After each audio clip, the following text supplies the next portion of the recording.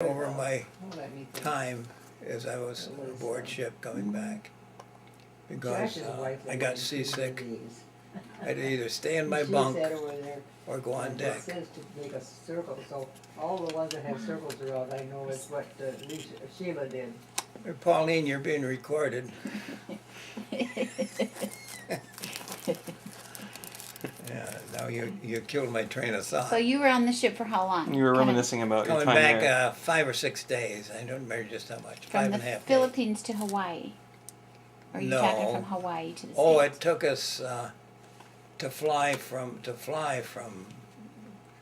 Samar Island. It took us 2 days. Mm. That is, we landed and refilled, in a DC-6. Okay. So when I thought of all the things that had happened to me, I didn't bring back any souvenirs. I turned in my revolver. I carried a revolver, Smith & Wesson, K-frame revolver in a shoulder holster when I was flying. I had a carbine, 30 caliber carbine, strapped to my seat. I had a big machete strapped to my leg, big heavy machete. Did you ever use any of those? Pardon me? Did you ever have to use any of those? No, I shot them a lot just for the fun of it, but I didn't have to use them. Some of the guys did, though. There's some of the guys that they made crash landings where I didn't want them, and they had to fight off the Japs. Yeah, till the troops came in and rescued them. That was in Luzon. I wasn't afraid of the flying. The only time I was a little worried, you might say, was flying over the jungles of Mindanao. Because the jungle would swallow you up. If you went down in your airplane or a parachute, it would swallow you up. We went on searches for planes that were lost in the jungle. Never found a trace of them. Big airplanes, B-25s. No trace. They go into the canopy and they're out of sight. Well, I get back to San Francisco and I call up Pauline and tell her I'm there. And then they put me aboard a train to San Diego or to Los Angeles, where my uniforms had been sent. Pauline sent my uniforms, because I lived in khaki uniforms. When I landed on the West Coast, I had the clothes on my back to my name and a little bit in the flight bag. That was all I had.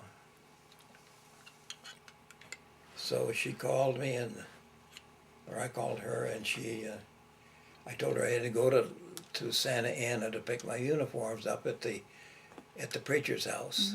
And the preacher took me upstairs in the bedroom, told me that my mother died when I was gone, and that my brother Tony had been killed on Palawan Island.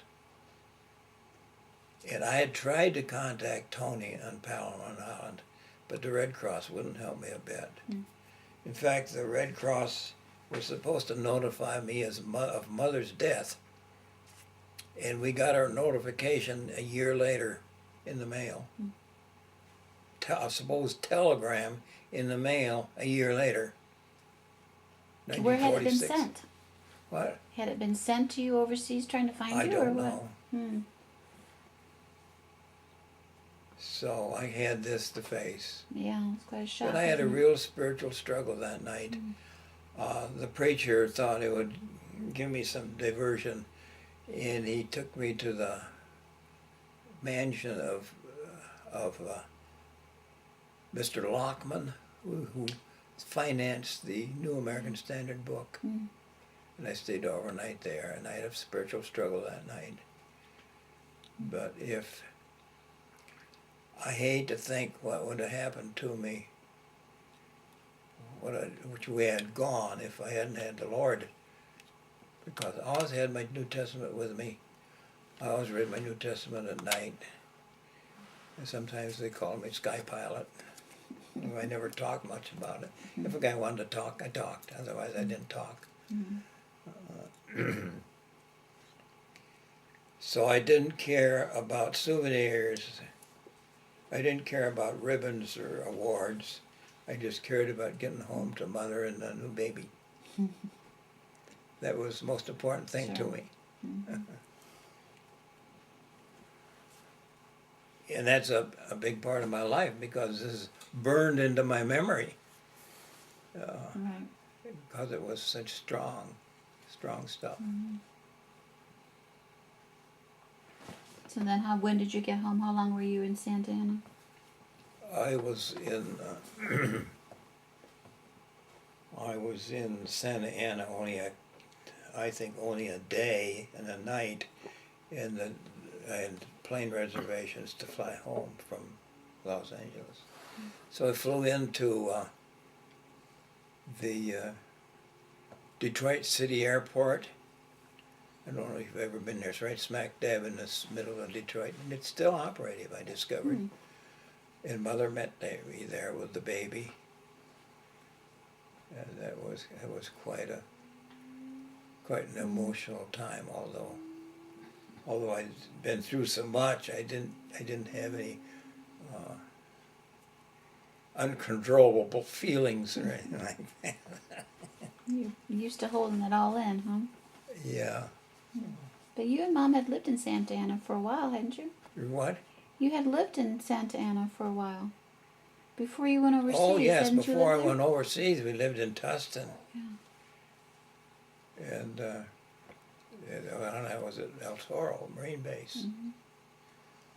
It was there I did I think my training flying with heavy ordnance in Santa Ana, El Toro Marine Corps Air Station, was really more dangerous than flying combat Why is that? because we did so much extreme stuff like dive bombing at night, over the water at night, and over the mountains, into the Salton Sea, dropping our bombs on targets in there, and a lot of night flying. So that training was pretty good preparation for what you were going to Yes, be doing in the Philippines. So I see. actually, as far as when we got into combat, the airplane was part of us. Mm. It, I don't know how you'd compare it. We could tell by the smell and the sound of the airplane whether it was okay or not. Mhm. Of course, we had some long trips to listen to that engine roaring, Mhm. hear the wind screaming by, and Did you always have the same equipment, or did you rotate some? no, we never had the same plane. They just couldn't do that because the Marine Corps doesn't have that many airplanes. So about two different guys flew the same airplane one time, and another guy another time. So my total actual strengths was 75. And from that I received the Distinguished Flying Cross 3 times, in the Air Medal 9 times, plus my area combat ribbons. And one of the prettiest medals I've got is the Philippine Liberation Ribbon and Medal. Mm. You know. So that's the story of my military life in the wartime. How long were you actually gone then, from when you left the States to when you got back? Left in September and got back at the end of August. Okay. I got So back 11 months. about 11 months. Actually, I got back. I was home when they set off the bomb, not Hiroshima. Oh, the atomic bomb. Mhm. I expected to be assigned back to active duty to go in on the invasion of Japan, Mhm. which would have been a disastrous thing to us to do. Mhm. A lot more lives on both sides would have been lost, Yes. right? And the Japanese were ready to fight to the last person, even the kids. Mm. And they had thousands of small airplanes that were going to put kamikaze pilots in. Planes the size of Piper Cubs and that kind of thing, swarms of them. It would have been awful. Well, they were already doing that, some weren't they? You know, the Navy had to contend with the kamikaze planes. These are bigger airplanes. And They carried 1,000-pound bombs that the kamikaze planes did. They're And quite- they'd always hit their target because they'd fly right into it. Yeah, except by this time, the Japanese didn't have very many good pilots left. So they had That's the young problem guys with with little kamikaze, experience, yeah. and so a lot of them couldn't even get the plane in to hit the target, and a lot of them got shot down coming in. Mm. But a lot of them hit. It was a pretty brutal war.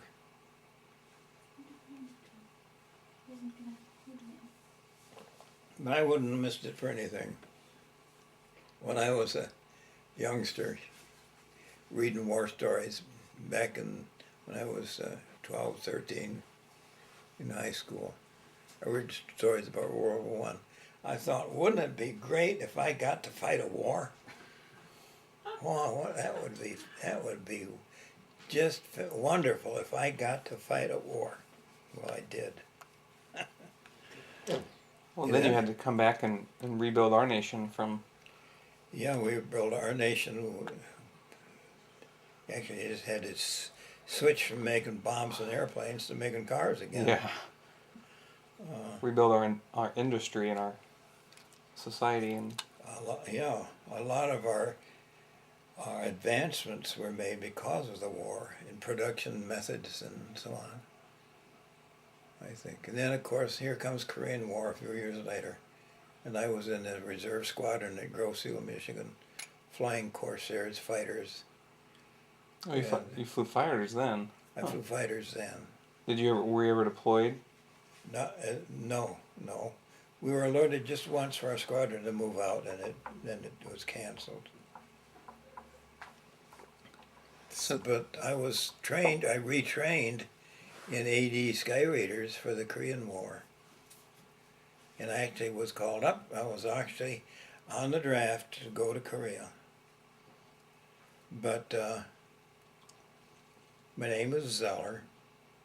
Into the list. Sometimes it's good to have your name Zeller. Anyway, they canceled my orders. And so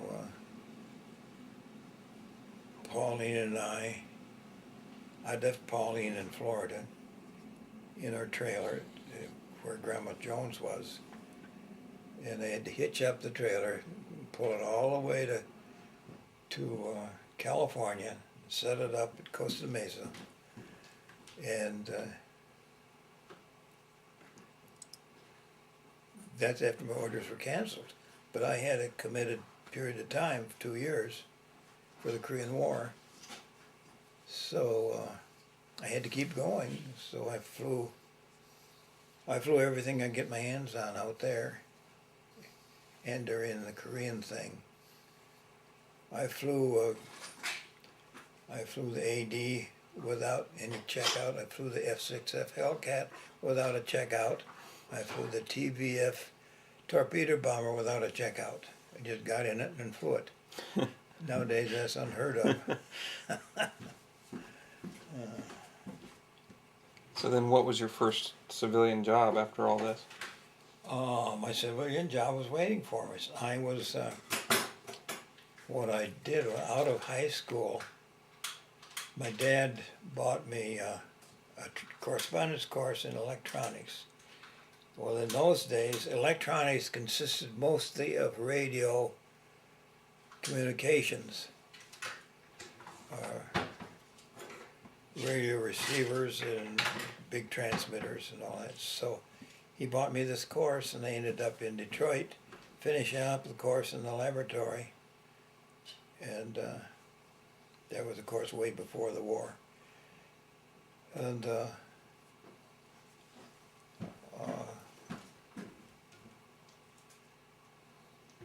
surprisingly, my dad bought me that course because he wanted to stay on the farm. He wanted me to stay on the farm with him, and he bought a brand new Ford Ferguson with hydraulic mounted tools, equipment, to see if I would stay on the farm. He sold the horses. We had Percherons. Sold the horses, bought a tractor, which I liked that tractor. It was quiet as a car. And then he bought me this. what is so remarkable about it is I'd graduated from high school, no money to go to college, no way I could see to go to college. And that spring day, right around my birthday, when I was 18, right around my 18th birthday, here comes this car charging down the muddy roads, turned into our driveway, and it was a salesman for electronic courses. Correspondence and ending up with going to Detroit for the final part of it. So it just clicked with me, and so I had a good job, fun job, hobby. I worked at my hobby practically all my life. You could call it a hobby.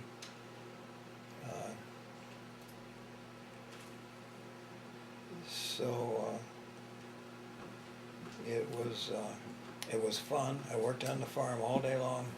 At night, I'd work on my correspondence course, and I had some equipment. I built electronic devices, radios, and transmitters, little bitty ones.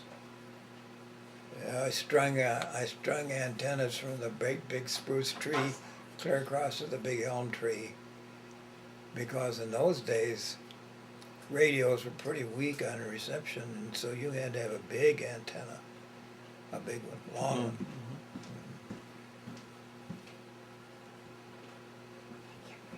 So that was, and then along comes, I get a good job in Detroit, out of electronics school, I get a good job in Detroit.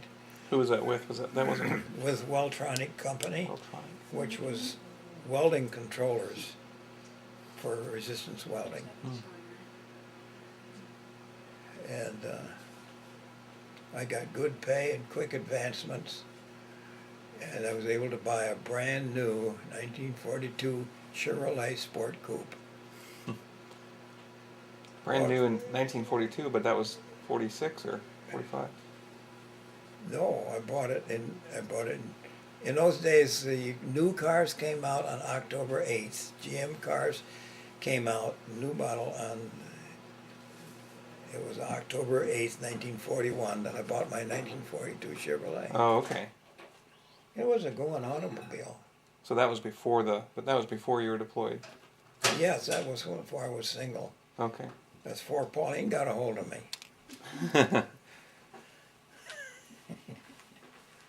And it was that car that won me a wife. You liked him for other reasons, right? Too. I like what? You liked him for more than just the car, right?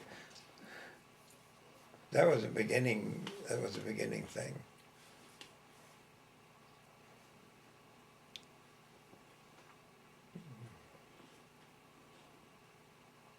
Well, that's not exactly the whole story of my life, but there's a lot of it. It's a big chunk of it, isn't it?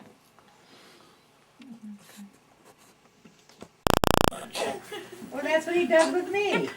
Well, he's a baby. What do you expect? What do you want, Mother? What do Don't I you want? swoop down my neck. Daddy usually gives me insurance for stuff. Do you know anything about that? Yes, dear. Oh, come on. Jiggledy, jiggledy, jiggledy, jiggledy, jiggledy. Yeah, pat him and jiggle him. Boogity, boogity, boogity. Be nice. Boogity, boogity, boogity.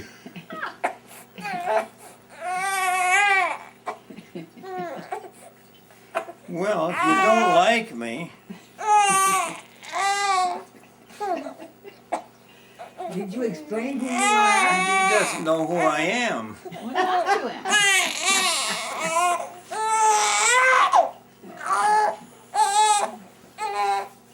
Oh, come on, stop it.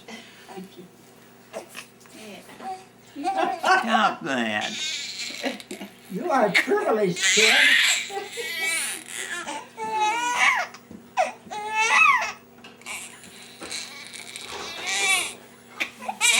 You're gonna have him.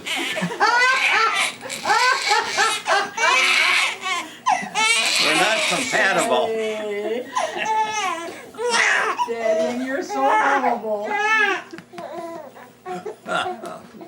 Well, he wasn't formally presented to me.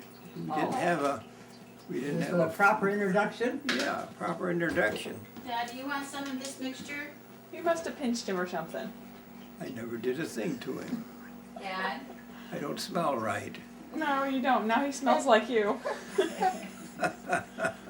My baby smells like cologne. Good morning, Caleb.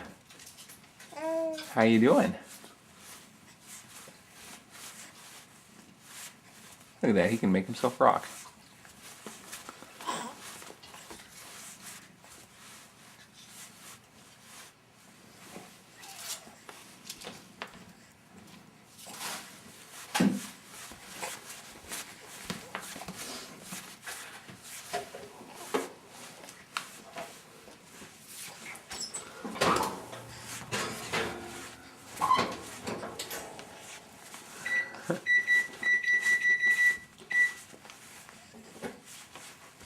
It's your morning calisthenics. Yes, they are.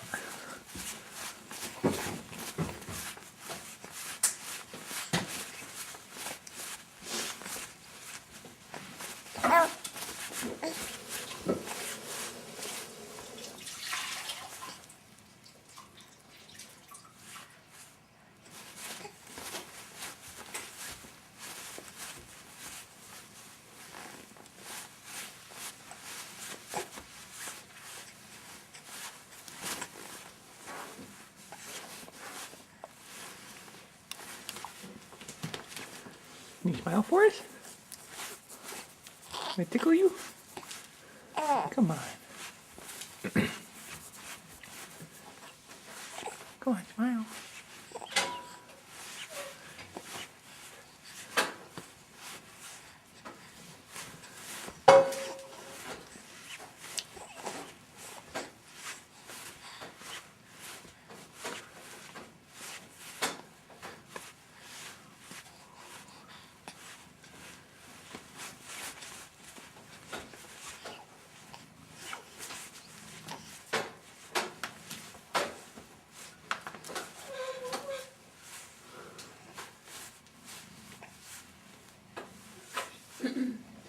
Take away his toys and talk to him. He might smile for you.